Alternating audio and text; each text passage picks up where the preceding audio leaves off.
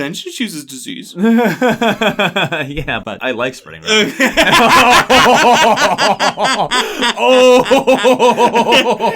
Vengeance is a good spirit. I'm kidding. It's a good I'm spirit. kidding. He's got to accept the blight. It's a resource. I had to. Okay.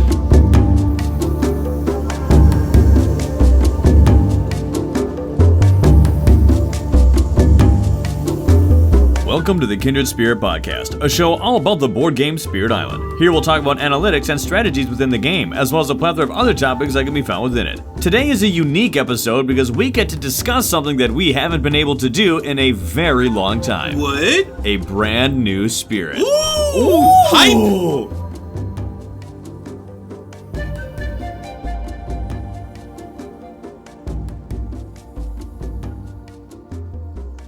Okay, technically, we have to clarify Is there a new expansion coming out, Ryan? I have not heard of this. What are you talking about, new spirits? Technically, this spirit isn't official. Asterisks. No. Oh, which is really too bad, because as we will go on to discuss, I love this spirit. What a fun spirit.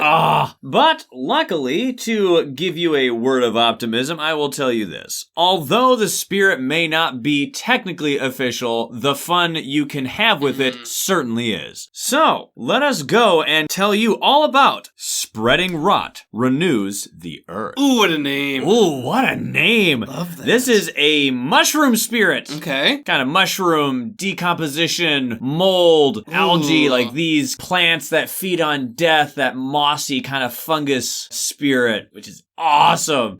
So, first off, we have to clarify that this is an Apocrypha spirit. Huh. What the heck? What the heck is that? That's a big word. So, first off, many people probably have never even heard of the word Apocrypha. Furthermore, many Spirit Island players may not have ever even heard of Apocrypha Spirit. What in the world is going on? I am so confused. So, if you've never heard of the word Apocrypha, that is totally fine. That is definitely not a word that you hear in your common vernacular, your day-to-day lexicon. Yeah, that's right. Maybe if you have studied ancient world text scripts and biblical foundational timeline stuff, that era, you may have heard the word back in like Sunday school or something like that. Possibly.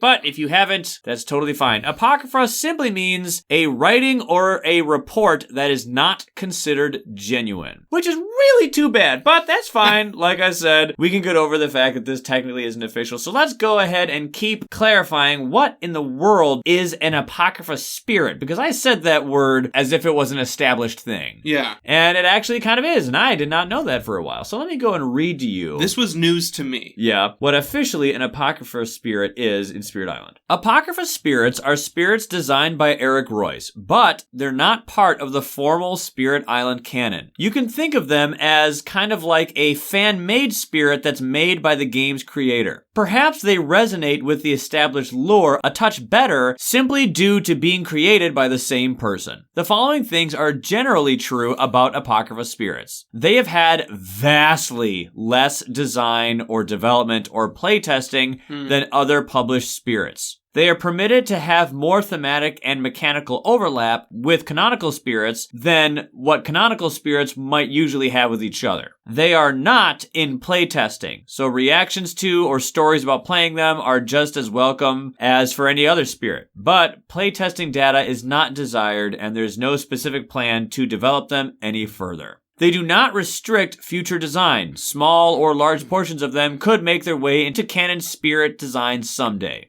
Fingers crossed. Nothing mentioned in their lore, including the fact of the spirit's existence, is necessarily true in the canon. In some cases, it's plausible that there might be stories of these spirits in canon, maybe a fanciful, knowingly false tale, maybe serious stories that are uncertain or poorly informed. But even if such stories exist, that doesn't necessarily mean the spirit does.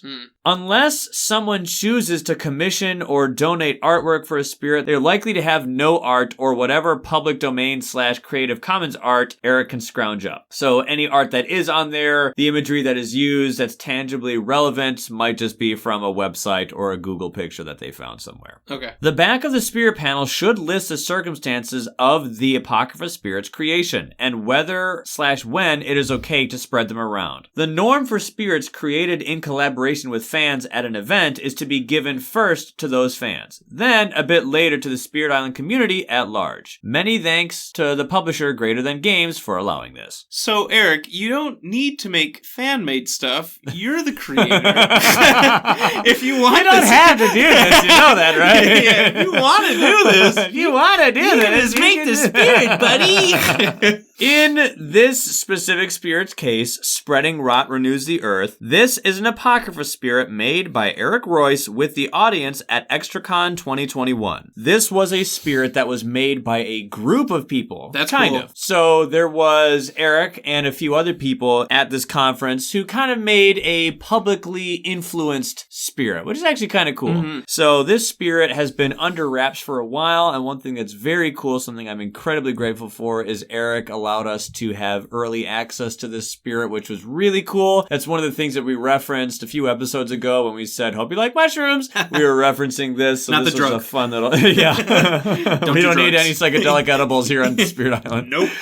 But we are incredibly thankful for that. Thank Yes. you, Eric, once Thank again, for allowing us to have access to this awesome spirit early. It was so much fun to look at and to examine, and it was just so exciting once again, even if it was an Apocrypha spirit, to just go ahead and sink my teeth into something new and A to new look spirit. at... Yeah! It's like Christmas Day again. I know, and to look at new mechanics and things like that. A new resource. I know. Spoilers. This is so cool. All right, let's go ahead and learn about Spreading Rot Renews the Earth, shall we?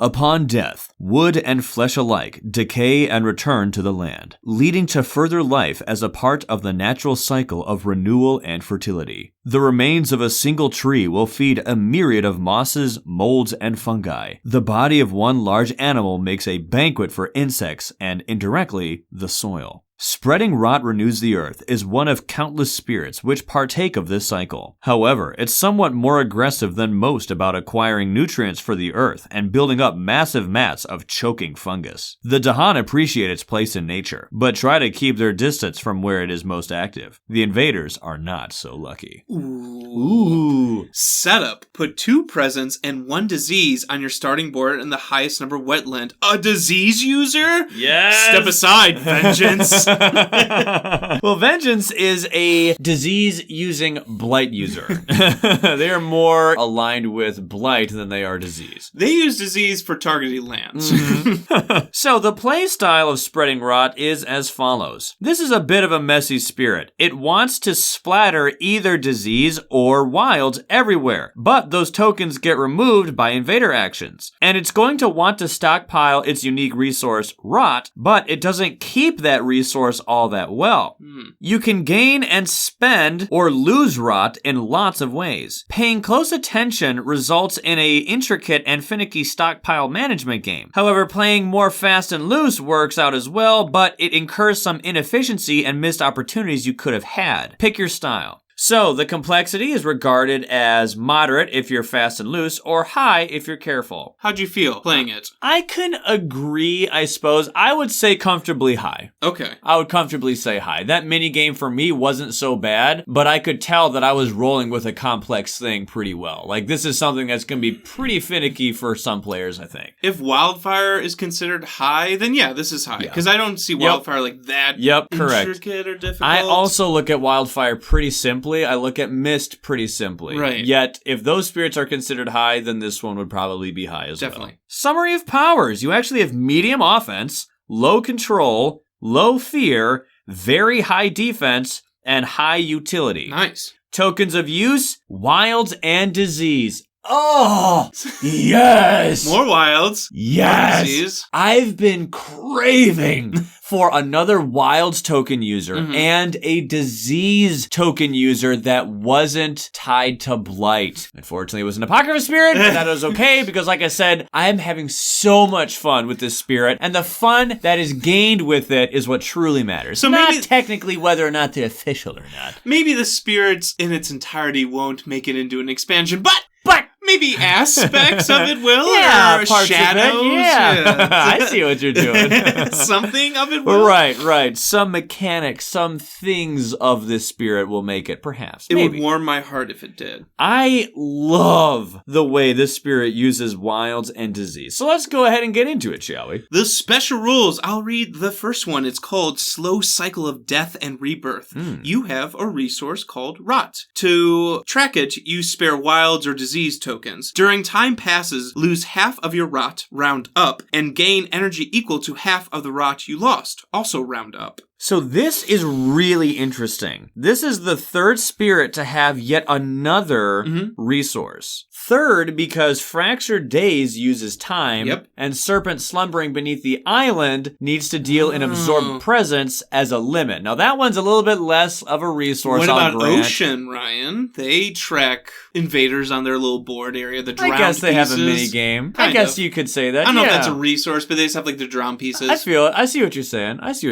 I guess the most similar to Fractured. How about that? Yes, most definitely. similar is Fractured. But a spare resource called Rot, and you use spare either wild tokens or disease to track it. But what's interesting is this is a resource that you cannot stockpile just like time was for Fractured. You lose half of your Rot every single turn. Oh no, that's bad, because as you will come to learn, you use Rot for a lot of things. Yeah. But don't worry, because when you lose Rot, you gain energy based on how many Rot you've lost. So it's interesting. So that means you have a choice, dear player. If I don't spend my Rot for all my Rot costing abilities, I'm going to get more energy. But if I do spend Rot, I can use these cool, unique abilities. That's unique to you, obviously. That's unique to you, but you're not going to gain as much energy. I think that's really cool. I love it when players have more choices. So in my opinion, more choices, always good. I liked the energy. Yeah, you like the energy. But I guess I was like losing a part of what Rot was supposed to be, because you're right, I wasn't using the uniques or the innate powers as Hey, much. it opens you up for better majors. Yeah. So I preferred my playstyle to be spend as much Rot as I possibly could. I'll get into that later. Of course. There is a note here from Eric, though. It says, upon reflection, both the Rot loss and energy gain would probably be better if they were rounded down than rounded up. So lose half of your Rot, rounded down, and gain energy equal to half the Rot you just lost, rounded down. This would mean that you would receive slightly less energy income, especially in the early game, but you would be able to stockpile your Rot better because you're not losing as much. So I missed this note. Yeah. Well, that's fine. I think it's kind of cool to test either version. Yeah. I think it's kind of cool to see the impact that might have. I was swimming in energy. Swimming in energy. Yeah. I also was just fine Yeah. with energy, both in multiplayer games and in solo games. Why did I Oh. make that distinction? We'll get into it, but don't worry. But point being, it was pretty good, I think. So, going on to their next special rule. Bodies feed the earth. After invaders, Dahan, or beasts are destroyed in your lands, gain 1 Rot. Pretty much if anyone dies, you gain a Rot. Now, for this rule, treat removing beasts as destroying them. So that would be effective if you have many event, mines or an event that says, fangs yeah. that says remove a beast to do this thing. That will count for this. Now, just as usual, unless it is otherwise specified, a triggered action cannot be triggered more than once. So this says after invaders, Dahan, or beasts are destroyed in your lands, gain a Rot. That means if anyone died in your lands, gain a Rot. That's not gain 1 Rot per bad guy or Dahan or beast that's destroyed. So just gain 1 if anyone died in your lands. Don't worry, it's not so bad if you think that sounds pretty low, because you can get Rot pretty decently. I've had turns where I start with 0 and I ended with 7 or 8. Oh, yeah. So you'll be just fine. But that is bodies feed the earth. So you have a spare resource, you lose half of it, gain energy for it, and you gain this If things are dying. if things are dying in your lands. But there is one critically important and so identity defining special that this spirit has. Would you like to go ahead and reveal to the audience what that is? Oh, I would. Buckle up, everyone. This is one of my favorite parts of the spirits. Settlements crumble with decay and plague. In your lands with either wilds or disease, invaders and Dahan have -1 health.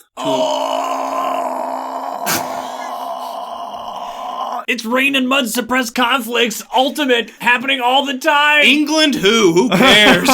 Bad guys, and Hun, have -1 health in your lands that have wilds and disease. Raging Storm is incredible now. Oh my goodness. This is awesome. Anything to do with getting the bad guys -1 health. Sure, Dahan have -1 health too. That every now and then became a thing, which was like, that's not what I like, but it's worth it. That's worth Having bad guys with -1 health is huge. Can you imagine if River got to do 2 damage to each invader in a land with rot? Yep. Bye-bye all cities. Literally, they're all gone. Incredible. 1 damage, now kills a town. Wow. 2 damage, kills a city. Which is absolutely phenomenal. For a lot of spirits who do damage. Right. So, this is so good. Add Badlands to this. Right. And remember how with Mist, the fact that they can do 1 damage all the time at first was like, meh. But seeing how they can hold on to that damage, it's a lot better. And that 1 damage actually looks lethal. In our Sweden game, it was very potent. Extremely. So here, you will notice that Spreading Rot doesn't really have a whole lot of damage. But the thing is you don't need copious amounts of damage to be as effective as other people. Because they're weakened. Right. It's like you've already done damage by weakening them. And the thing is they have -1 health so long as it's your land that has one of those tokens in it. This means you don't have to worry about like a 1 turn only kind of thing. Of course, if you have a token in there, that means it gets spent by invader actions. But one thing that's nice, and we'll get into this later, is Isolate is very nice here because you can isolate a land you're in with a token so that they don't explore, so you can keep a wilds token, and this keeps your special rule, Settlements Crumble with Decay and Plague, active. So you still retain that -1 health bar. What if you could push the tokens? Oh, we're gonna get into that too. All right, we keep hinting at all these wonderful things. Let's just go ahead and get into it. This is a growth 2 spirit. Love to pick 2s. You can pick 2 of your growth options. We love it. All right, you have 4 options. Count them up. 1, 2, 3, 4. Your first one is your reclaim action. Every spirit, growth option 1 is a reclaim. It's quite simple. You gain 1 energy and you reclaim cards, but this costs 2 rot to do. Interesting. Kind of reminds me of Trickster or reminds me of Fangs a little bit. They have to spend something in order to reclaim. However, here you are not spending energy, you are spending rot. Interesting. Okay. That is growth option 1. Reclaim cards, gain 1 energy, spend 2 rot. Growth option 2. The one you're probably using mostly every turn. Most often. You add a presence up to 2 away. Not bad. However, if you added it to a jungle or wetland, gain a rot. Ooh. I like this. So this is your only presence placing option. Reminds me a little bit like green, jungle wetlands, and like they'll always grow to one of these places. Because kind of when I was playing, I most often grew to a jungle or wetland. Yep, same here. This is a combination to me of green and lure. Lure and the fact that growth option 2 is your only presence placing option. But like you said, very much like green because you are incentivized to go into jungles and wetlands. Here, though, you gain a rot if you go to a jungle or wetland. And I like the theme that gives, because if you're a moist fungus moss spirit, of course it makes sense that going to a jungle or a wetland will get you more of your resource. Now, you don't have to go here, which is also nice. Which is very nice. Yeah. It's just, if you do, you'll get bonus rot. Awesome. In my games, I pretty much was making sacred sites in all the jungles and wetlands for the early and mid game. And only when I needed to make a kill spot is when I would go to mountain or sand. Because if I've been ignoring it all game, bad guys are there, I go in there, bring a token with me, now they have -1 health. Now we're ready to get killing. Anyway, more on that later. Your third growth option, very simple. Gain a power card. So this is what I love because that is it. I love doing growth options 2 and 3 because I like stretching out the hand. Yeah. And because obviously, like you talked, reclaiming has a negative effect because I don't want to lose my rot. So it's fun to like grow and then delay that reclaim by always gaining a power card if I could. I didn't do growth option 4 as much. We'll talk about that as we get to it. But I like having the game 1 power card like every single turn. Just my goodness. Keep adding to the hand. Growth option 2 and 3 I did for pretty much the entire game. Yeah. And in all of my games that I've had with Spreading Rot, I've done growth option 4 twice. That's it? Yep. First game, I did it just for funsies. My third game, I actually needed to do it, which was actually pretty cool, and I did that. So we'll get into that later. But my point being, growth option 2, 3, oh my goodness. Growth option 2 or 3 are the MVP. Yep, each one. Get those cards. Get those cards, and we'll talk about why you want to do that a bit later. So, growth option 1, reclaim, gain energy, cost 2 rot. Growth option 2, gain a presence, and if it's in a jungle or wetland, gain a rot. Growth option 3, just power card. And then here we have a very interesting and multifaceted growth option 4. So in order to do this, it has a cost. To do growth option 4, you must forget a power card from your discard. Ooh. Interesting. Ooh. Forget it from your discard. Specifically, it says that. From the discard, but you forget it. It's gone from the game. It's gone. However, we've never seen something like that. Yeah, that's interesting. I mean, obviously we forget cards in the game, but not from the growth. And usually you can forget a card, but you can forget it from your hand, from your discard. This has to be. Right, it has to be your discard. What it gains you, though, is you gain a power card, you gain 2 rot, and then you gain 1 moon, water, earth, and plant. Wow. You get 1 of each of those 4. It's 4 elements. So Here you go. I like to think that when you're forgetting that power card from your discard, if it's in your discard, that's something that has quote unquote died to you. The theme, that card has died to you. And since you are a spirit of renewing cycles of death and life, you are using that forgotten power card to gain another power card, gaining 2 rot and 1 of the moon, earth, water, and plant elements. So it's like you're recycling that power card for current turn temporary element gain and rot gain. And you're gaining a power card, like you said, but you're kind of gaining 2 cards because you're gaining 4 elements. Yeah. So you're basically gaining a minor power. You're probably gaining, yeah. You know, and you're triggering, hopefully, your innates. Right. You're definitely elements. getting some of your innates with this. So here's something, Ryan, that I would like to get into. I want this growth to make its way into another spirit. I think it'd be dope. This I would be really cool. like it too. Of like the ultimate gamble, like, yeah, I need a major and I'll just forget a card and get all these elements. Right. This would be fun because this is something brand new to the game. Yeah. Would be forgetting a power card just for growth. Right. I would like that. And gaining 4 elements. Oh, I use this a little bit more than you, but I gained some cards throughout my game that I wasn't thrilled on, so I was okay with forgetting them. Yep. Looking at this 4th growth option and the truth that I only used it twice, once for funsies, once because I needed it, just once again shows to me the utter value of presence placement. Because I was doing growth option 2 all the time. I was looking at growth option 4 and I was looking at growth option 2. I'm like, yeah, growth option 2 every time. I feel like growth option 4 is like, this is the end game.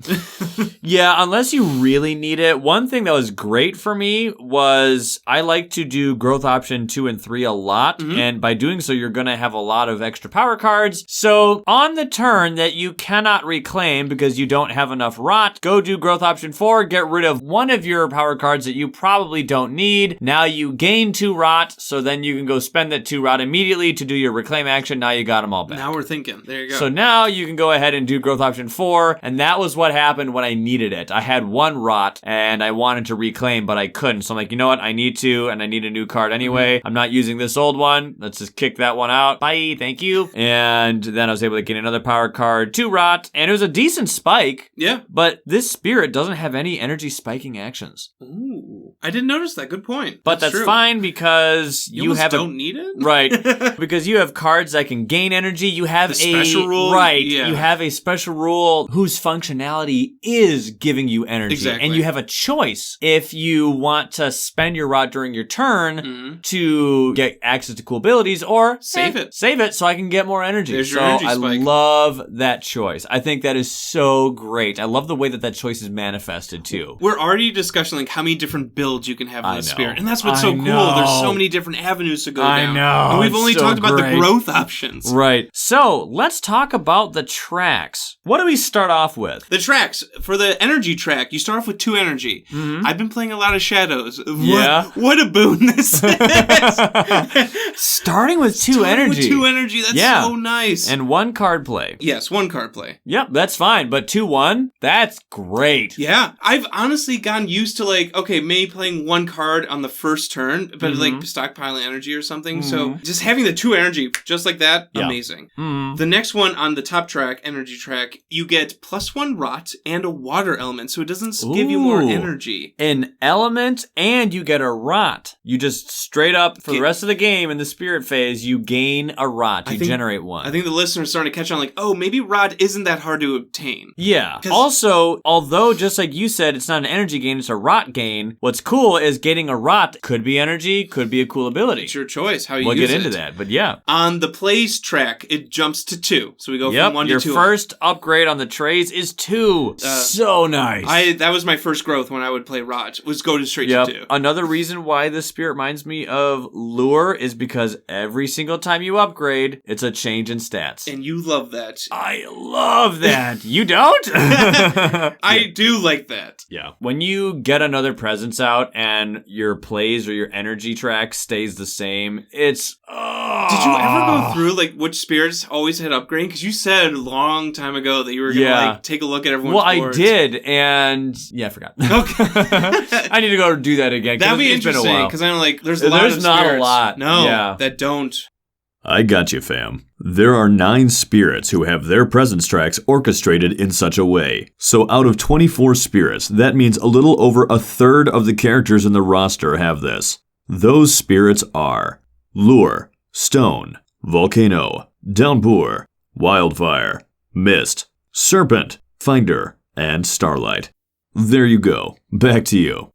Anyway, though, Lure is like my go-to mentally for this. But the thing that's crazy about Lure is that you can't consistently do your presence placing growth option all the time. Here, you actually can. My second game with this spirit, I was able to do a presence out every single turn. Every turn you can grow. Yeah, it was great. Moving back up to the top track, so we just had the +1 Rot and Water. The next one would be 3 energy now you're getting. Yep. This is awesome. This is great. 3 energy a turn? Yep. And like you said, you're gaining maybe energy from Rot? Right. I was flush with cash. Yeah, it's fantastic. It was so much. I honestly never had to worry about energy. I never have either. The next one on the plays bottom track, instead of jumping up to like a third card play, you get gain 1 Rot. Gain a Rot generation. So nice. More Rot. Yes. You never have to worry about Rot. Right. Up to the energy track, +1 Rot, and now we're gaining a plant. Nice. So we gained another water, plant element. And now we got plants. And at this point, we've gained 3 Rot. And what has that been? 5 turns or so? But still, you're getting so much Rot. Right.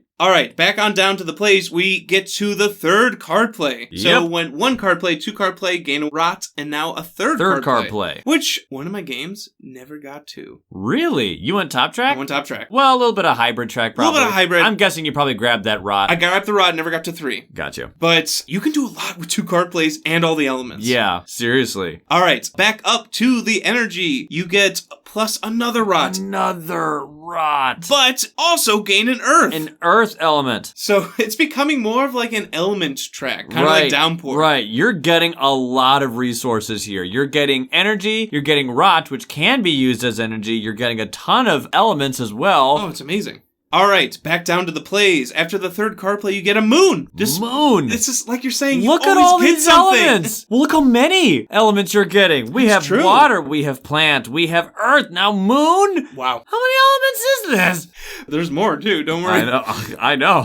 Back up to the energy. We cap out at 4 energy. 4 energy, which is nice. Which is very good. At home, you're like, it doesn't sound like a lot. It doesn't sound like a lot, but once you have seen this Rot in action, and once you have played a turn where you gain 6 Rot and you started with 3, now I have 9. Now I'm losing 4 of it, gaining 2. Plus 4, that's 6 energy, and I didn't even choose an action for that. You get Rot from your tracks, you get Rot from your cards, you get Rot from the innates. Like, you can even get energy from your cards. Yeah. Back on down. After the moon, you hit 4 card plays. Always good. 1 more. You get 5 card plays and 1 reclaim for the last one. And reclaim 1. You went after that reclaim 1, right? You like reclaims? Pretty much. This spirit excels in bottom track. Okay. I'm telling you, man. Now, of course, if you want majors, go top. You sound like MJ from the Discord. Bottom track. You know me. I like my card play. You do. And there's a reclaim 1. And I love my reclaim 1. You might like that more than card plays. I think I might, actually. So your presence tracks, once again, in their entirety, your energy track goes 2, then 1 Rot, 1 water, then goes to 3 energy, then gain another Rot and a plant element, then gain another Rot and an earth element, and then 4. So in that track alone, you're getting 3 elements and 3 Rot. Your card play starts at 1, then it goes to 2. After that, you gain another Rot. After that, you gain a third card play. After that, you gain a moon. After that, you get a 4th card play. And after that, you get the wonderful 5th card play and reclaim 1. It just keeps Every getting better. time you upgrade, Better it's and just better. something great. Oh, it's fantastic. Because now it always stings when you're like at 3 card plays and like, oh, I really want to get 4 card plays and like another 3. I'm like, no. And even if you go and get your 3rd and you upgrade again, you don't get the 4th card play. At least you get a moon element, which is actually very important. Oh yeah. Let's go ahead and talk about the powers. Your innates, which, oh my goodness, are probably the most multifaceted innates I've seen in a while. Also reminds me of Lure because of how much freaking stuff you can do. This was like not hard to keep track of. Like I'm like, oh, did I trigger this? Did I trigger this one? There's so many different levels. I felt like I was going to the marketplace whenever I was doing my card. What's activated today? So, what's it called? You have Nourish Lichen, Vines, and Trees. It is a slow power, range 1, and can go in any land. Like that. So, for 4 elements, 1 moon, 1 water, 2 plant, you may gain 1 rot per moon element you have this turn, to a maximum of 4. Oh look, if I have water, moon, and plant, I gain more rot. I can just generate my own resource. What a fantastic self-sufficient economy this is. I don't need anyone else. This is a very solo-centric spirit. It seems like you can just do just fine on your own. Right. Then, your next one is pretty cool. This is the first rot expenditure ability. Ooh.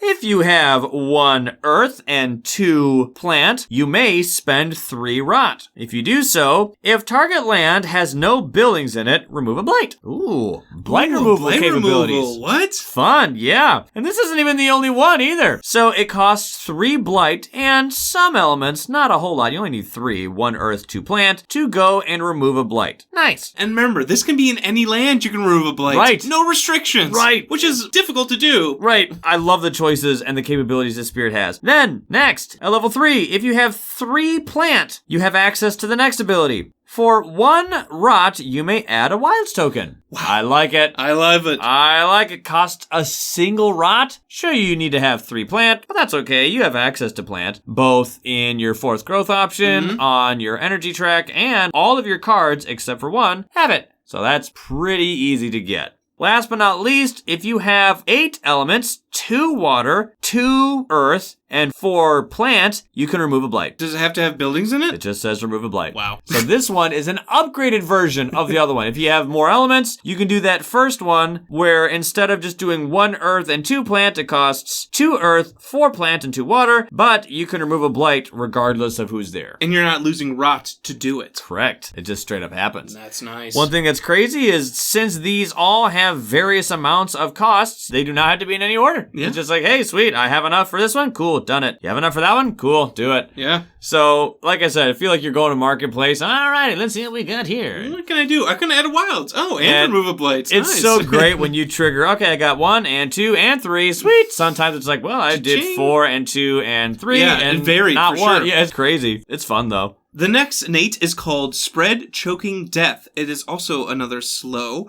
range 1 away, but the target land has to have wilds or disease.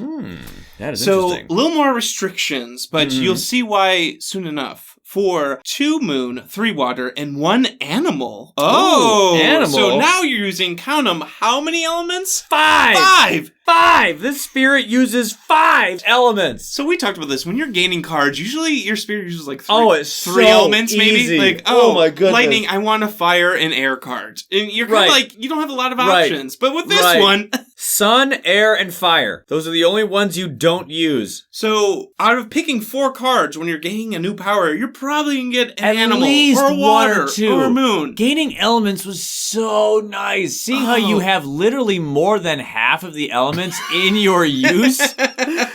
Something was getting triggered. 1 card was useful. Yeah, will be useful. You'll find a use for so many cards in there. That was incredible. Sorry, I'll finish it. With 2 moon, 3 water, 1 animal, with -2 rot, you get to add a disease. What? Yes. I was doing You this. have your 3rd rot ability, which is spend 2 rot to add a disease. I was doing this a bunch. I liked this one a lot. You now have a disease spitting power and a wild spitting power. And because this isn't a card, because we've talked about Vengeance has a card that spits out disease, this is an innate. I could do this every single turn. Right. Without having to reclaim as long as it's triggered. Right. That was huge. Right. I felt like I was keeping the lid on the invaders with the Wilds token and the disease. And the thing that's so great is, at first, you may be thinking, well, if the target land has a disease and a Wilds token, why would I want to disease a land that's already diseased? I would rather disease a land that doesn't have a disease, because now it's covered. Well, if you disease a land that's already diseased, one thing that's great is you have a damage power we're going to get into later that does bonus damage based on whether or not you have a disease there. But it also means that it's going to stay secure. Yeah. Because, oh no, the bad guys just did a build action. My disease went out the window. Well, I had to. Sweet. Yeah. Or maybe it only has a Wilds, and now you want to add a disease there. So Right on. definitely has options. Mm-hmm. The next tier, 1 moon, 3 water, 1 plant, 1 damage, push 2 Dahan. This is honestly one of your most go-to damage abilities. Well, everyone's saying like, wow, 1 damage, that's friggin' lame. Let's bring up the special rule again, where everything is, as long as you're in That's that a town. land. Yeah. That's a town. 1 damage, bye-bye Because town. it has to go in a land that has a wild and a disease in it. But don't I have a special that says if I have a presence You and a lower the disease health? and a wilds, they get -1 health? You are correct, sir. Well then, that means I can blow up a town, so... And because you're spreading out Wilds and disease, they're not building up a lot. So Right. sometimes you only have to destroy a single town Right.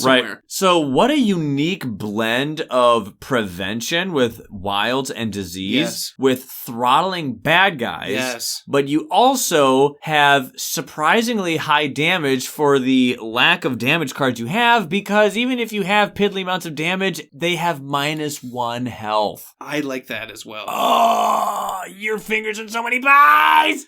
And then you get to push Dahan. That's always fun. Yep, and you get to push Dahan. It's kind of like the Dahan are aware of how dangerous the fungi are and all the mold and whatnot. They They're know like, all too well. Yeah. They know I'm the out. signs. I'm out! And you can also set up for maybe a Yeah. Dahan Counterattack or something like that. We'll Yeah. see, maybe, if there's a Yep. defend card. I don't know. Next level, for a piddly 1 moon and 2 water, which you get Pretty much all the time. 1 fear. So, Just generate a fear. like you said, every turn, at least 1 fear. Fear. It is so easy to hit this one. I know. This is why it's important for your moon element. Because your moon element, you don't have a whole lot of. You only have 2 cards that give you moon. Oh, And it takes a while You're to right. get to moon on your card play track. So getting moon here is actually really nice because you can generate fear for it. But don't forget, with your other innate, you got bonus rot based on how much moon you had. So finding moon is actually really nice. I would like to play this spirit with foreboding, where fears generate in a land, things can get moved around. How fun would that be? Like, maybe someone did get Ooh. through, but all of a sudden Rot just generates this fear and like scares that explorer wave. It's Right. like, oh, that's terrifying, that fungi. Right. The combos are so fun. Okay, for 2 water, that's it. 2 water. So another one Yep. you're just basically always triggering. Right. Push up to 3 wilds / disease. We're pushing tokens around. Yes! Yes, I love this. Push up I to love this. 3 wilder disease? You know I like my control. Oh my goodness. I was controlling the tokens. You get to move the tokens. Well, this okay. is huge. I don't want this to build next turn. Push the disease. Yoink. I want to set up a kill spot somewhere. Yoink. Yoink. They're going to explore to mountains or the coastal lands. Yeet. Let's push it to the coastal mountains. Technically, I guess it would be yeet, wouldn't it? Yeah. Yoink is pull, yeet is push. Yeet is push. So technically, yeet. But the setup potential that this had. Huge. Whether you want to use the tokens for damage for yourself or prevention from bad guys, the flexibility here is fantastic.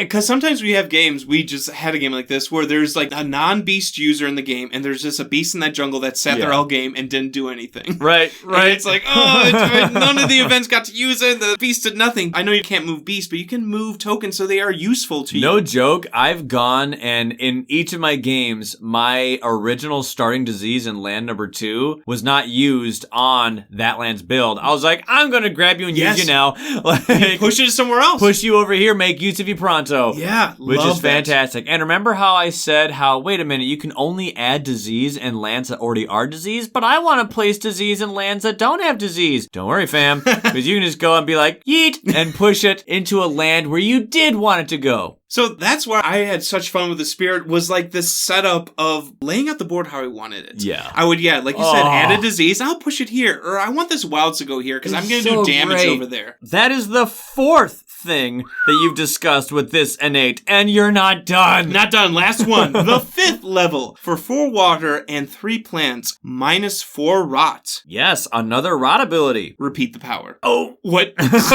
reminds me like lure. More disease? I can spawn tokens. I can push to Han. More I can deal damage. damage. I can move tokens. I can cause fear, and I can repeat it. Maybe there's a city in your lands. Oh. Repeat it. City's gone. Boom. Oh, and another fear too. Oh. Because if you have level 2, you have level 3. I think I missed that one time I played. Ooh. Oh my goodness, spread choking death is ridiculous. That is where your disease tokens, your fear, your token manipulation, and damage comes from. So one thing I would do, with the left innate, the first innate, I would add that wilds, and then target that land with the other innate, and then add a disease, and then push them around. Oh my god, it was so fun. One thing that's so great is your first innate can add a wilds token, which means your second innate's legality has now been met. There you go. Yay! You can go ahead and start doing stuff there as I well. hope the listeners are starting to hear the fun the spirit can You know what really... the spirit has? Interconnected strategies. Yes. So many things. And we're going to get into their power cards. I can't tell you how many times I'm like, well, I can't do this ability because I don't have a token there. Don't worry. I'm about to have a token. Yeah. And that's not even from one of my innates. So let's go ahead and get into the cards. Cards. You have a standard hand of 4 cards. You have 2 fast, 2 slow. You have 1 0 costing card, 2 1 costing cards, and 1 2 costing cards. No 3 costing energy costing Yeah, cards. you have a very low energy costing hand. This is great with your already decent energy gain because your cards are pretty cheap. Furthermore, one of them is free, and that one even gives you an energy if you're in solo. So, let's go ahead and talk about these cards. Alrighty, so going for the fasts. Each of these fasts cost 1 energy. First one, Land of Dreadfall and Rot. Gives you 3 elements, water, earth, and plant. It is a fast power, as I said before. It has range 1 from a sacred site, and it can go in any land. Gives you a choice. Either defend 3 or gain 2 rot plus 1 per invader or Dahan. This is capped at 7 rot. So either gain a ton of rot or defend 3. Then, during time passes, you may pay 2 rot to reclaim this card instead of discarding it. And I did that. It is amazing because if you do this one for the rot gain, you definitely can afford it. You can fetch this card again. Oh, yeah. However, I've never done that because I always did defend 3, defend 3, defend 3, defend 3, and since my rot gain was always so good, I was able to always get this card back. Bink, bink, bink, bink. And in your innate, you can push Dahan and set up those counterattacks. Defend Right. 3, here you go, Dahan. And it's incredibly useful. And defend 3 is quite salient throughout the game because you're stopping the builds. Cities aren't coming in as much, or maybe a town isn't coming in as much. Yeah. So you can throttle the bad guys to a point where defend 3 is quite salient a lot of the time. Oh, yeah. So, that is what Land of Dreadfall and Rot does, either defense or rot gain. I liked being able to pay to reclaim Yes, it. I did was that huge. so often. Especially in the early game when you kind of Yeah. like need to just defend Yeah. and just like keep them Yeah, at a distance. some games I didn't do it every single turn, No. but I liked getting that one back. Having a defend card at all times, and when you have a rot income that's good enough to constantly, You don't consistently really get need it back. the bottom portion. Yeah. But it's nice to have that. Yeah. In case. Sure is. The other fast power is called Worms and Bugs Enrich the Soil. Gives you 4 elements, this card.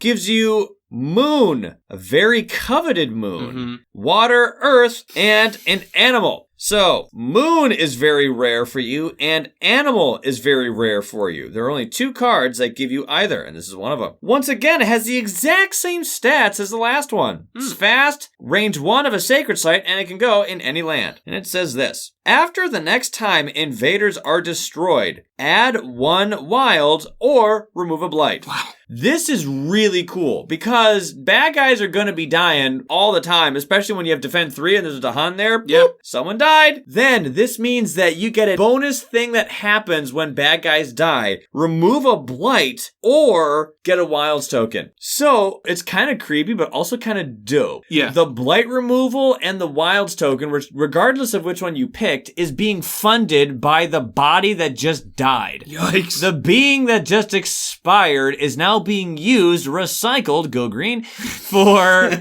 a wilds token or a blight removal. This one is actually really cool to see in effect because you're like, oh, I can't wait for someone to bite it in that land because the moment something does, you're able to kill a bad guy. Dahan did a counterattack and now it's protected by a wilds token. Sweet. Their body became like part I of the know. wilds now. How creepy is that? How fast? Like they had an accelerated rot. Whoa. So also though, when you can defend a land and Dahan counterattack, or you just yourself simply went and destroyed a bad guy and it was blighted, hey, blight comes off. It's so nice. For one, you can go and remove a blight in any land for one, so long as an invader died there. Again, there's so many blights like qualifiers with Yes, cards. I feel as if this one's easy. This is easy. This is easy, but what's cool is that it gets even better. This is where it gets nuts. I love this. And where it I've gets done nuts. this before too a few times and it feels great. Yes. You may spend 3 rot to do both.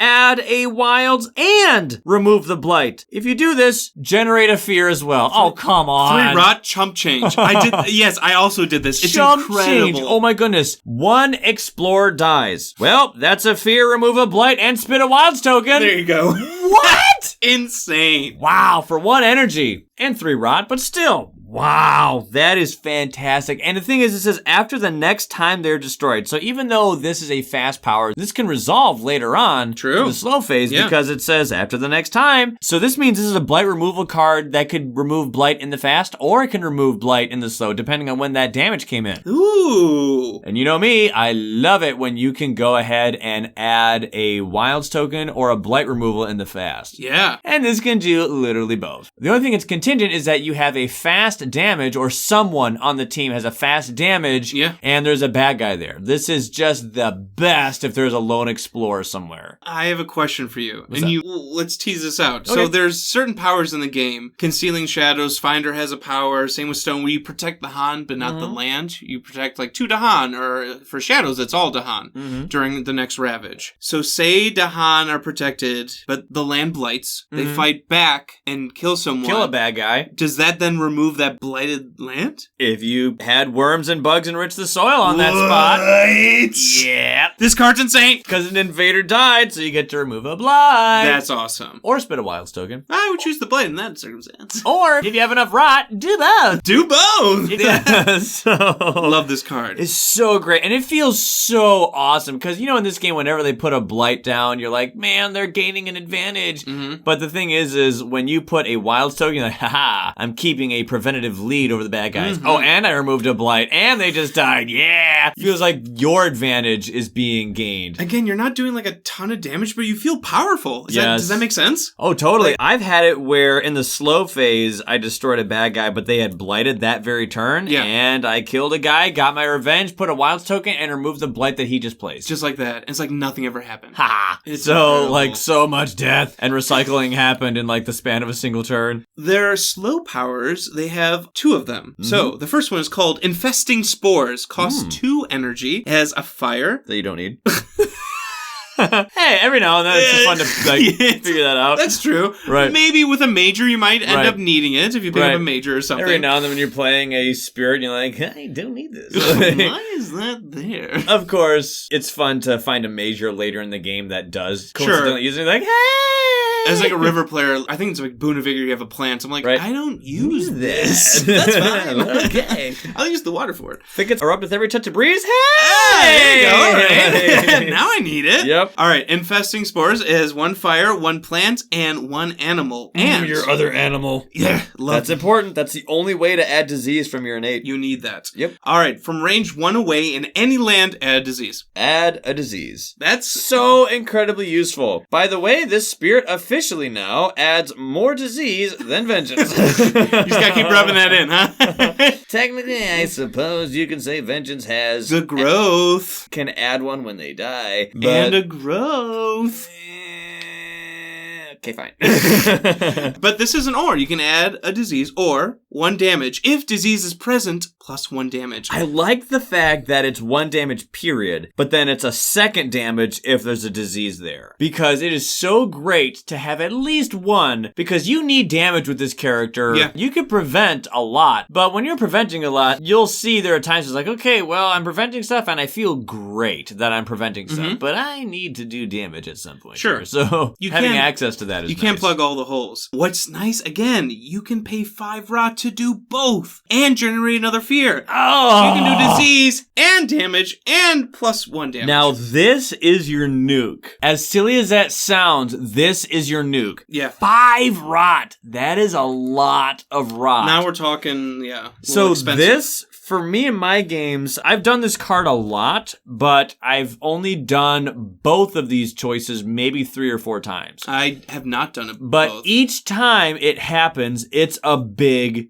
deal. And it's a big, whoa, Yeah. moment. Because if you add a disease and then do 1 damage and then a 2nd damage if this land has a disease, Yeah. oh, well, hey, guess what? I just added a disease, so I definitely have 2 damage and a fear. Well, guess what? If it's a land that you are in, that means you Negative can go health. and drop a city immediately. Immediately pop a city. From a Because, yes, my presence is there and a city is there. That's it. Play this card, disease goes in there. Settlements crumble with decay and plague, now triggers. Yeah. City has 2 health. Drop this card's 2nd effect, 1 damage, and then plus 1 damage. It had 2 health to begin with. It's gone. That is 2 fear plus 1 from the card. 3 fear. City gone immediately. Well, that's what I'm saying. I mean, for your stats not having like a lot of fear, Yeah. you're not Not terrible bad. at fear. Yeah. It's like a river player. I'm like, I have no fear cards. Right. However, to gain access to fear, you have to spend rot. Right, so you have to save that up, and doing it the way we round down so you don't lose as much Yep. rot. When next time I play rot, I'm going to do it that Yep. way. It would be fun to have more rot. We had talked about the benefits of saving rot for more energy or spending rot to go and do cool things. Well, the cool things are add wilds tokens, add disease tokens, repeat urinate, fetch that defend card back to you, pay that rot to both spit a wilds token and remove a blight. In this case, spend 5 rot to do this crazy cool attack power and then generate a fear, which is awesome. And so for me, I loved doing these awesome abilities because I had more than enough energy. It was just fine. For me, I was spending as much rot as I possibly could because these abilities are just so awesome. You were like fully immersed as the spirit. You Yeah. became rot. Yeah. Oh, it was great. Next card, Exaltation of the Reforming Land. This is your boon card, or your Yeah. gift card. Yep. It costs 0, which is nice. Mm-hmm. You get a sun. That you don't need.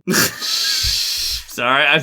You get so many elements with the I spirit. know. It's Another insane. 4. It's insane. You get a sun, you get a moon, you get a water, you get a plant. You get the moon again. That's You need huge. those moons. Those and it's moons are cost insane. 0. Yes. Now, it is obviously a slow power. It has no range because it's a spirit targeting Yes. bout. Yeah. Well, if you're playing solo, target yourself. Yep. Target spirit gains 1 energy. You yourself gain 2 rot. Huge. Right there. A card for free that gives you a much needed moon element and it gives you 2 rot. I love all the elements. Your rot economy is so benefited by this card. It's basically a rot card with elements that you need desperately to trigger your innate. And when you're playing solo, it's 2 rot and an energy. This is why I was flush with cash. Oh my goodness. In a solo game, this is why you will be totally fine Oh, yeah. with energy. Never because had of to this worry. card. Never had Yeah. to worry. But wait, there's more. Oh, target spirit may pay 1 energy to add up to 2 destroy presence to their jungle/wetland. You may do likewise. Oh. We'll get into this. This kind of really helped our game out. This was fantastic. It was. Another medic. You can go and help other spirits get their destroyed presence back, and you can as well. You can come back from death. You can recycle yourself or It's a friend insane. into one of their jungles or wetlands. If you're a spirit that destroys yourself, if you lost yourself to blight, if you got a bad blight card, right. all these things are rough when you're losing presence, but Right. then Rod comes in and says, hang on, buddy, I gotcha. I got you, friend. This is so incredibly useful. And those are the powers for this spirit. Oh my goodness, let's talk about this spirit now. Wow! So I like this spirit a lot, Ryan. This has been really fun. I liked the mini game of the resource and the negative health and getting to use these tokens and push them around. I am really liking this spirit. Oh, I love this one. You love this spirit. Seriously. I haven't seen you this excited about a spirit in a long time. It's fantastic. Maybe since Mist. This is spirit feels like a combination of Lure, Keeper, and Mist if they all had a baby. Yeah. In some ways, they all feel like them. Vengeance uses disease. Yeah, but I like spreading around.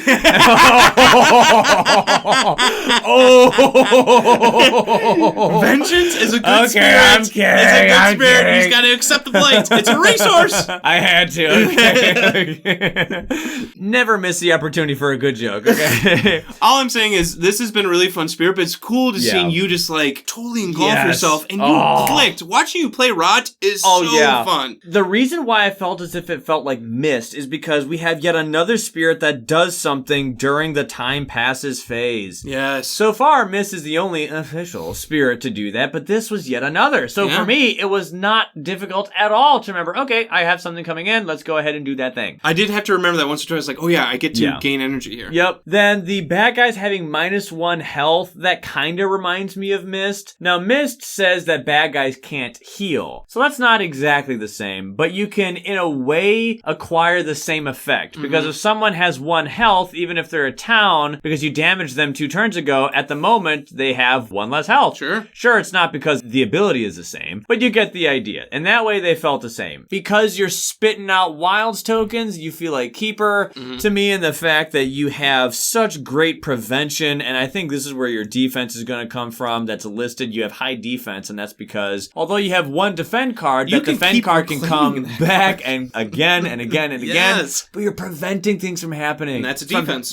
Things from happening. And Keeper is preventing things all the time. And then Lure, because you have multifaceted innates that do so much, and you have a second growth option, which is your only chance to get presence placement. But more efficiently than Lure, you can do that every single turn. All the time, because you can do your presence placing one and you can do your reclaim. Furthermore, your presence tracks always, and I mean always, upgrade. Oh, it is so great. But the thing that is also so crazy that I mentioned is that this spear uses 5 elements. So there are more cards out there which will accidentally have at least 1 or 2, maybe even 3, or even more elements that you need. I feel like there's got to be a statistic, but like if you're gaining 4 cards, guaranteed you're going to pull 1. Yeah, there are going to be a guarantee. So many synergies here that work so great. But speaking of cards, I feel like this is a spirit. You can win the game just with the starting hand. Seriously. You don't want to do that. But I feel it. This spirit, I feel like it's strong enough to do that. I think you can. The ability to move wilds and disease tokens is very strong. Very strong. Here, I have a land that doesn't have any tokens in it, but there's a bad guy. Well, even in our last game, we had a city, an explorer, and a Dahan. That's it. I wasn't there, nor did I have any tokens. But I did defend 3 in that land, and then I put worms and bugs enrich the soil, which pops the effect that when someone dies, you can go ahead and add a token in there. Then I defend the damage, the Dahan counterattacks, kills the explorer. Cool. A bad guy just died. Guess what? A wilds token goes in there. Now my second innate is weapons free. Now I can go in there. It's like a domino. Like you said, the synergy is gears in place locking together. It's so great. Furthermore, having Badlands tokens out with this spirit in tandem with the invaders having -1 health is lethal. I never pulled a card with a Badlands, but you did in your game. It is lethal. It's almost like game over. Seriously. It's almost... Because not only do they have -1 health, but you have +1 damage in there. Even though that's just a difference of 1 each time, it has a huge effect. Game changing. You do 1 damage, there's a city. Wait, what? What? Seriously, what? Because that city has 2 health. I did 1 damage +1 because of the Badlands, and they're gone. Bye-bye city. And they're gone. That's why we're saying, like, it's deceptively destructive rot. Yes, seriously. I've had several games, notable cards that just worked so great. Hazards spread across the island. Oh, great. Gives you the earth and the plant. It's free, it's fast, and it can get you either more Badlands tokens out there if you had one from a lucky card pull, which, like I said, Badlands tokens are just lethal, but it's more wilds, more disease. You want to just completely spam wilds and disease. Now, of course, that card goes to an energy cost of 1 if you go to do a disease, but who cares? It's in the fast phase. You get a disease out there and you're flush with energy just fine. Carapace land is fantastic. In a land that you are in, defend 3, and if you have 2 earth, becomes defend 6. But Carapace land gives you earth, animal, and plant. You use all 3. Oh goodness, fantastic. I picked up Scream Disease into the Wind Ornament game, so you get +1 range on all their powers, and then they get to add up disease into that land that you're targeting. So I'm like, oh, I'm setting up my kill site. There you go. Right. And target a land with disease. There you go. You're right. So many synergies. As always, as I've discussed before, Desiccating Winds is actually really, really good. Why? Because you get bonuses when you are in jungles and wetlands, which means your mountains and sands aren't going to have a whole lot of influence by you. Desiccating Winds is a power that only goes in a sand or a mountain, i.e. where you don't usually go. You're a little bit weaker But there. the thing is Desiccating Winds costs 1 energy. It doesn't really give you a whole lot of elements you need. It gives you fire, which you don't need, air, which you don't need, and earth, that you do need. You need earth. But the effect and where it happens is what's important. If you have a Badlands in a land, do 1 damage, then add a Badlands. So, what this means is damage comes first, then the Badlands goes in. So the more often you repeat this card in the same land, you'll do 2 damage, then 3 damage, then 4 damage, then 5 damage.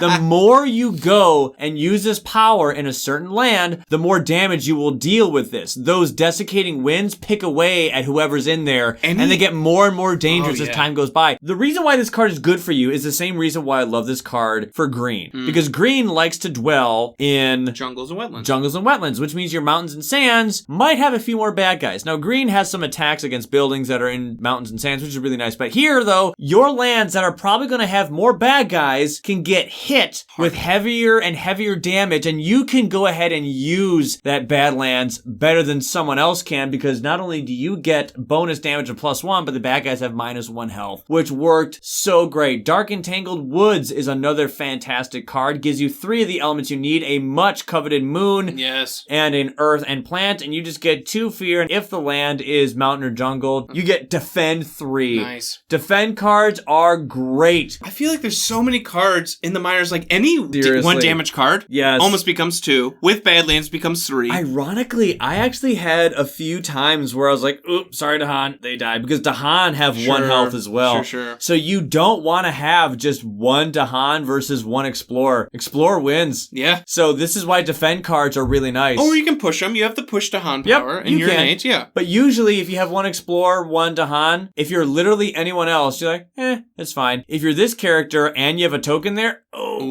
Dahan's gonna die. I actually lost a lot of Dahan in my second game because of that. Inflame the Fires of Life is another fantastic card for them because it gets you animal and a moon, which is huge for you. You need both of those badly. It gives you another plant, which is also very nice, but it gets you a disease or it gets you a strife and a fear. Fear is always nice. Strife is like, hey, I'll take it. Sure. But if you have 3 animal, you actually gain both, which means you get a disease and a strife and fear. Nice. And you just need more disease out there to do more stuff. Trust me, it is fantastic. But 1 card that is just the absolute the cream of the crop? The creme de la creme, in my personal opinion, from my personal experience with this spirit, though it may be limited, Walls of Rock and Thorn. Ooh. Oh goodness. If Spreading Rot Renews the Earth gets Walls of Rock and Thorn, it's GG. Well, this is a major, to clarify. It's a major, to clarify. It gives you a useless sun, and it gives you an earth and a plant. Hey, one of your cards have a sun. I say that in jest. So it can only go in a mountain or a jungle. Okay. So mountains are great because mountains you aren't going to be going to. So this is great for kill sites. 2 damage, defend 8. Wow. Then add a wilds token and isolate the target land. The reason why this is so great is first off, getting 2 damage is fantastic with you because that's a city. If it's in a land you're in, because this added a wilds token, which means that your special rule is now A-okay to go off. You now have legality for your second and 8. It enables you, but even better, you add a wilds token and you isolate target land. Why is that so good? Because the wilds token is gonna stay. Even if they explore land, it's isolated. So that means the Wilds token wasn't spent. It lingers for your special rule to go off. It lingers for your innate to trigger. For your innate to go off. Also, it defends 8. If it's a mountain, it's probably going to have a lot of bad guys because you haven't been going there since you've been using jungles and wetlands to go get bonus rot. Anyway, so defend 8, that's a lot. Oh, guess what? Give me the threshold. For 2 earth, 2 plant, that is pathetically easy for you with rot. It's gotta be I'm sorry. Your defend card that you're getting pretty much every single turn because you keep reclaiming it every single turn with that cool rot expenditure mechanic it has. Guess what? The defend card has earth and plant on it. So that's one of the 2 that you need of plus each. Walls of Rock and Thorn already give you the 2 elements. Then Walls of Rock and Thorn give you the other ones.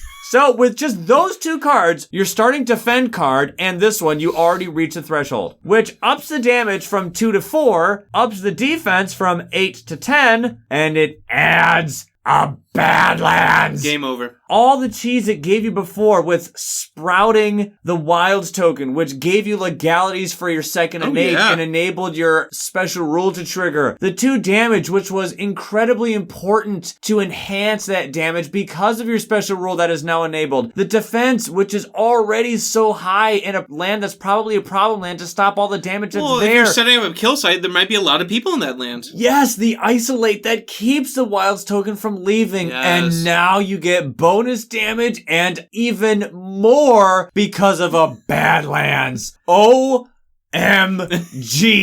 Like I said, GG, if you get this card, Game you over? are just gonna go ham. In my second game with them, I went and this was the first major I found and I was like, oh, I won. I think this is gonna go well. And then I kept reading the card. Hey, that actually worked. Hey, what? Oh my gosh, this is amazing. This card is fantastic. There's just so many potentials because I'm looking through the major and I'm like, this major would be good. Oh, this major. Yes. I'm looking at Unlock the Gates of Deepest Power, which is like you need 2 of each element. I'm pretty sure Rot can do that. There's so many elements that Rot has. Right. It's insane. Oh my goodness. I went bottom track with this character pretty much in all my games. What I usually did is on one of those games, you said you went more hybrid. Did you not? My very first game, I did go hybrid. Okay. And I had just so much energy that I didn't even need.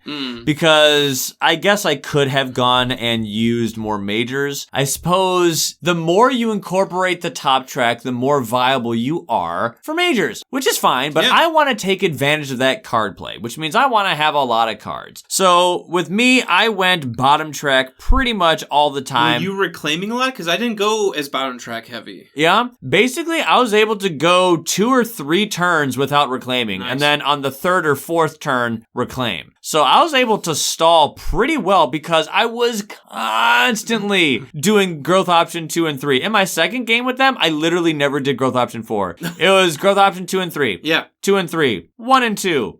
2 and 3. 2 and 3. 2 and 3.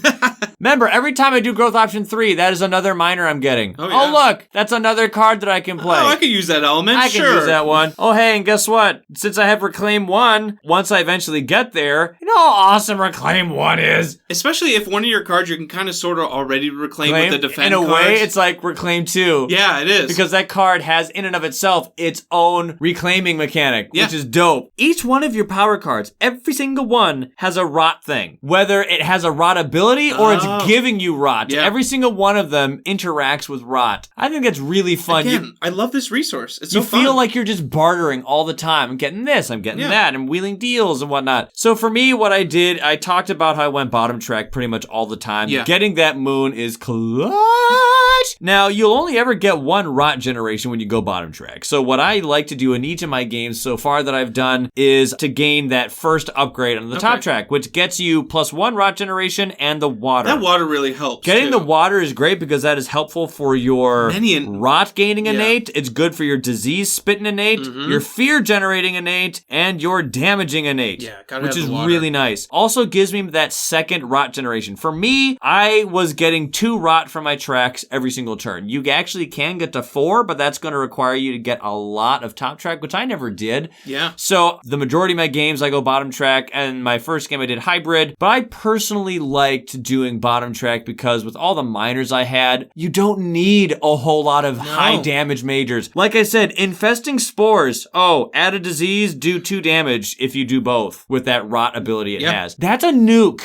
Because you are holding the bad guys back. They shouldn't be building on you. They're not going to be building so much. Yeah. You're going to be stopping one pretty consistently, every turn. Whether it was one explore, one build, something like that. And you just drop this, bam, that's a nuke. You killed a city. Just keep them to towns and just keep busting the cities. One thing I noticed, because I played this true solo, just me playing rots, I kind of felt the need to spread out more. I feel like I could have gone to different lands. I think this is a good multiplayer spirits, where I can go to different areas and I can grow 2 away and I can make a sacred site there and I can add wilds to their lands. Maybe I could have upped the difficulty, but I'm like, I have this area pretty well maintained. This spirit is weird because they are phenomenal in solo. Yes. Oh my goodness. I've done 2 solo games with this spirit. I felt like I had the invaders in a chokehold. Yes. And oh my goodness, you may not be doing damage early on, but that's okay because you are building your rot economy and eventually you can go and drop Infesting Spores and just continually take out a city. And you can be like, bam, sure, I only did both of the effects from Infesting Spores, maybe twice, thrice this game. But every time I did it, bam, that's a city. Yep. And when you can go and consistently stop build so that other cities aren't even constructed, you got clean board. And you have a defend card that's happening every single turn, and you can take advantage of the Dahan that's there to go ahead and kill bad guys for you. And you can do 1 damage, but you can just pick off an explorer. Or take off a town. That's a town. Or a town. And that's a fear. Oh, and by the way, if you have enough elements for the damage, you have enough elements for the fear. So, 1 damage, that's a town, and that's a fear. So that's 2. I feel like I was easily generating fear. I thought I would struggle more with that. Right. So in a solo game, you're going to have more energy because Exaltation of the Reforming Land says target spirit, another spirit gains 1 energy, but you gain 2 rot. However, you get that yourself. So I was fine. It's like you're looking around the room and you're like, oh, I guess I'll target myself. No one else here? Okay. It's totally fine. And so you are just so flush with energy that I did not need the top track. That is why I usually didn't go top track because I was up there. Fine. Oh, I like the elements too, but I can gain elements from cards too. So True. Those things are really nice to remember because although getting 1 permanent element at a time from your track is nice, if I can go and keep finding cards that have 2 or 3 elements and I have a ton of them and I can reclaim 1, hey, and one of these cards has water, earth, and plant that I'm getting back all the time. By the way, have I mentioned how awesome it is to keep getting this defend card all the time? Again, you only need 2 water to push tokens around. Like, these aren't hard levels of innate to trigger. And so in a multiplayer game, you're actually going to have a little bit less energy. In some ways, you're actually stronger solo. In the same way that green is handing out speed, like the drug speed, like who wants it? Who wants it? No one? Okay, guess I'll inject myself with adrenaline steroids, as if I wasn't fast enough already! And you go even faster. Here, it's like, well, I still gain my rot, but who wants strength in the form of energy?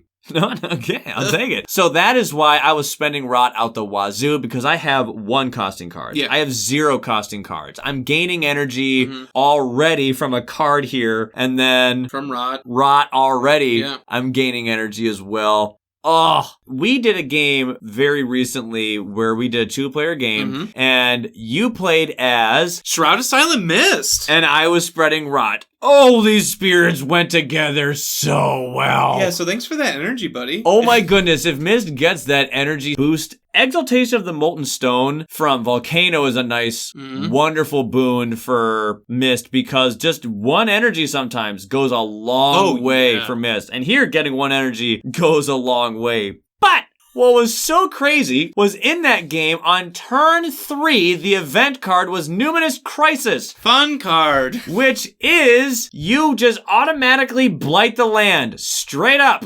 Or, if you have enough resources, you can prevent that from happening. This was turn 3.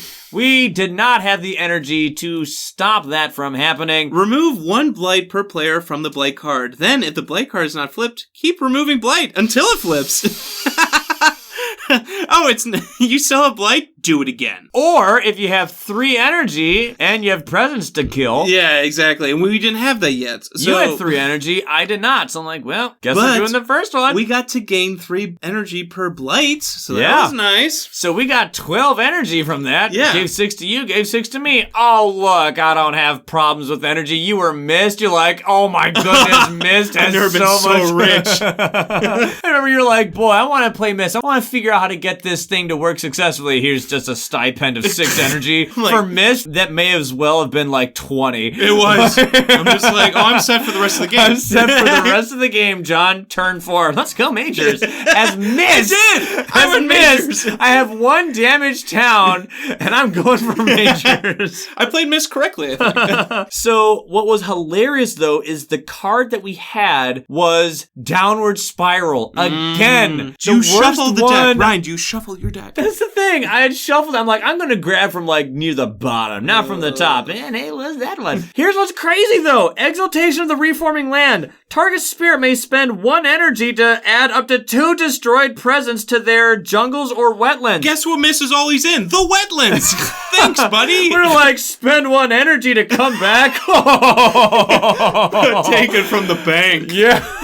We're freaking rich. Just robber barons. And we can get our destroyed presence back. So Downward Spiral, I don't even mind. Yeah, it's almost like it didn't even happen. So Spreading Rot can completely nullify those blight cards. that blight card. Memory fades to dust. Right. Downward Spiral. And we were just loaded tipping with point. energy. Any type of like losing presence. Right. Rock can negate. Then, the fact that where bad guys are in my lands with tokens, they have -1 health. Guess who really likes to hear that news? Shout a silent best. Dissolving vapors, anyone? Fog closes in, anyone? Fog closes in? Suffocating Shroud? I had a land that had like a city, a town, and 4 explorers, and John was like, oh, here, let me go over there. Pink, all dead. Thanks, buddy. And thanks for putting that Badlands there. Because you immediately killed the town and all the explorers, and then I just had 1 damage. The city went from 3 health to 1, and so then I was like, oh, do that 1, they're dead, complete land clear, and in a 2-player game, just to completely clear a land of 5 invaders, just like, pink, like and it was nothing. so pathetically easy. It was. Oh, it was so great. Well, it's so easy for mist to ooze in and out or to get to you, so I loved it. It was fun. But the thematics, so we have a dark, moist, mossy, lichen fungus spirit that's all about death and recycling. And this fog is like rolling through. And then we have the cold, slow-moving mist that's coming in. And think about how perfect that is. A fungus and the dark, cold, moist mist. That's like Fangorn Forest almost. You know what I mean? That's like the dead marshes. This creepy... You don't want to be caught there. No, it's like, yeah, it's natural. It's within nature's guidelines that this is possible, but it's highly toxic and poisonous. And it's so dangerously lethal. So these and it was spirits, mechanically and thematically. Right. So these spirits are just very slow, small-term spirits, like in their lore, like a mushroom. You know, funguses, mosses are not very vibrant. You know, like volcanoes are big. Those are big, massive things. Mountains, the ocean's huge. Lightning. We're just like little shrubs and, you know, lichen and moss. That's kind of low-key. The mist, as we all know. I'm a cloud. It's just a cloud, so we're all kind of slow and kind of dark and cold. Yet the combinations of these two were absolutely insane. Yeah. Insanely powerful. So these kind of subtle, subdued, slow spirits were pretty quiet, which is why it was pretty crazy when you opened a black hole and sucked everything in! Oh, by the way, I have energy, so I went for majors, and I picked draw into a consuming void. So, to buck all of that, we're like, let's go ahead and do, draw consuming void. It didn't have any of my elements, which was a So bummer. here's the thing, Mist is like, okay, well, it doesn't have a fire element. I got an energy for it. It has no elements. Doesn't have any elements. The rules are the rules, Ryan. And it said if you don't have fire. So then for funsies, we opened a black hole and just ripped him a new anus as we just... And then won the game. And then just, well, there go the last 2 cities. That was the first time I've used that card. Yeah, we usually look at that card and it's like, fun, but way too expensive for the time being. Super situational. Or fun, but I really don't want to give up presents because I have it here or whatnot. We're like, let's just go.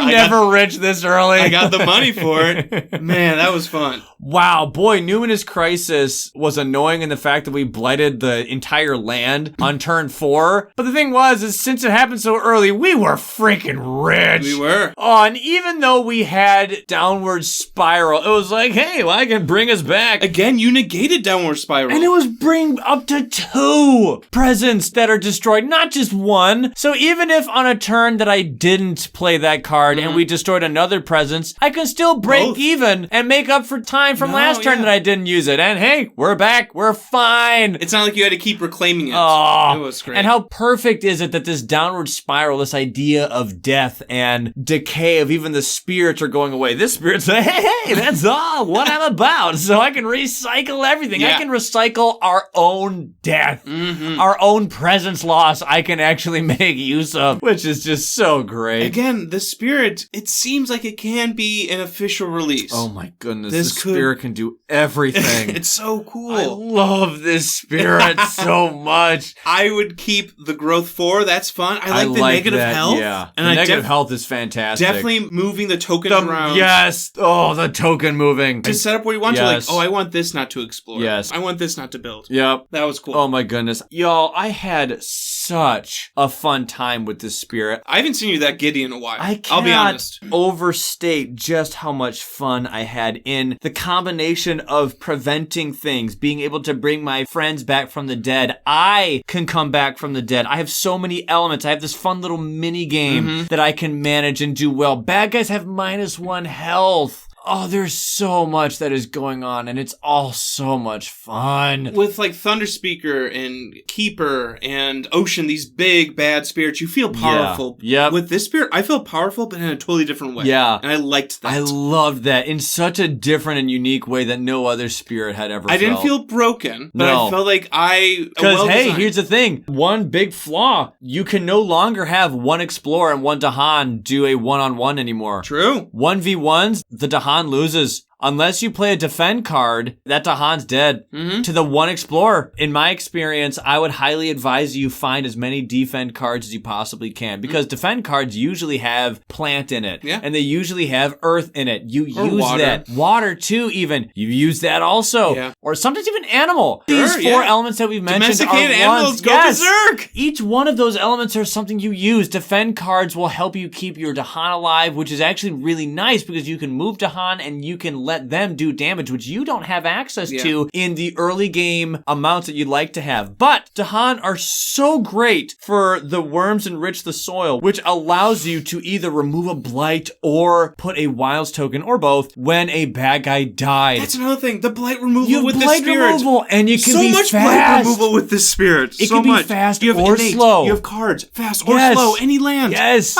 So if you have little elements but lots of rot, you can get rid of blight. If you have a appropriately killed bad guy, you can remove a blight. If you just simply have a lot of elements, you can get rid of a blight. Oh, it's so great. Oh no, a bad guy just put a blight here, but, you know, I'm going to attack with a single damage later. Oh, killed a bad guy. Here comes in the trigger from Worms Enrich the Soil, and now I can put a wilds token and get rid of the blight that they just spit. Yeah, I hope some of these mechanics find its way into another expansion in Spirit, because this was really fun to play. I loved watching you play it. Oh, I think like this can definitely be fine-tuned into a legitimate Spirit, I think. I think so. I definitely think so. For my purposes, I will continue to use this spirit. Definitely. Even in our games, although it may be Apocrypha, I'm having way too much fun to put this on the shelf for good. I agree. It is so much fun. It's your board game. Yep. Designed by the creator. Yep. The spirit. And I'm rounding down. I round up.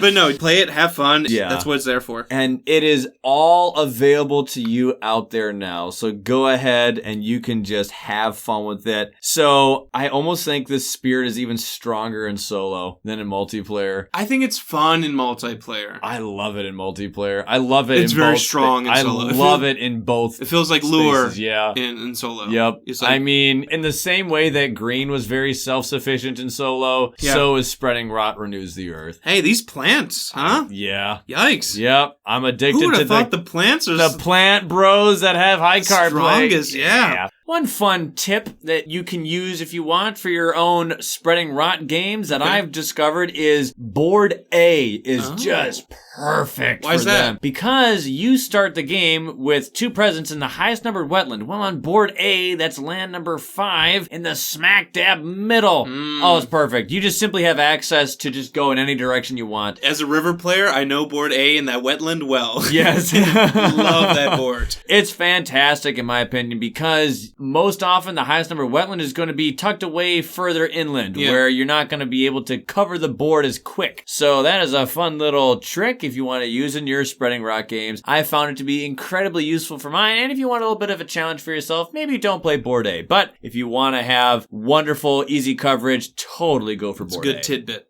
Woo, that was fun. Woo, that's fun. It's fun talking about new spirit again. I love feels like doing the hype a deep list dive. again. Yes, Yeah, yes. So, admittedly, I haven't had as much experience with this spirit as I have with other ones, but I hope that you've been able to kind of grasp some of the capabilities that this spirit is capable of, and I hope that you are enticed and excited by some of this cool and very unique gameplay. I feel as if you're a Spirit Island fan, you owe it to yourself to try this out at least once because it's free to download. It's free to download, but this rot mechanic is so much fun. Yeah. And moving tokens. Print this out, people. Oh, it's fun. So much fun. Seriously, guys. I'll go ahead and leave a link to it in the description of this episode if you want to take a look-see and take a peek at all of it. It's just so great. It's worth a playthrough. Yep. I think everyone can find something fun in this, either control or defense or even fear, damage. Like whatever playstyle you like, I think you can find something in Rot that really tickles your fancy. Yep. Whether it be damage, whether it be fear. You like majors, you have access to it. Seriously, I want easily. Majors. Yeah. If you want card play, you have access to it easily. You like doing defense every single turn, kind of like Starlight, but the entire game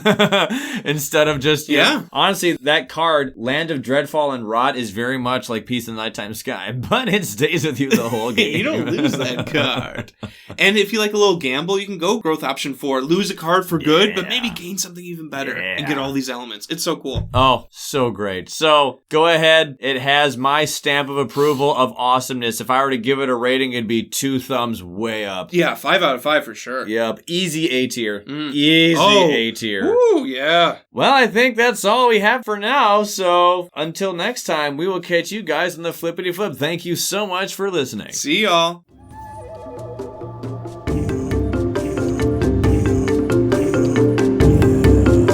Thank you for listening to this episode of the Kindred Spirit Podcast. We appreciate you taking the time to do so. Feel free to visit us on our Instagram and Facebook page. You can find me on our Facebook page at The Kindred Spirit Podcast. To get a hold of John, check out our Instagram page at TheKSP123. We look forward to hearing from you and seeing you in future episodes.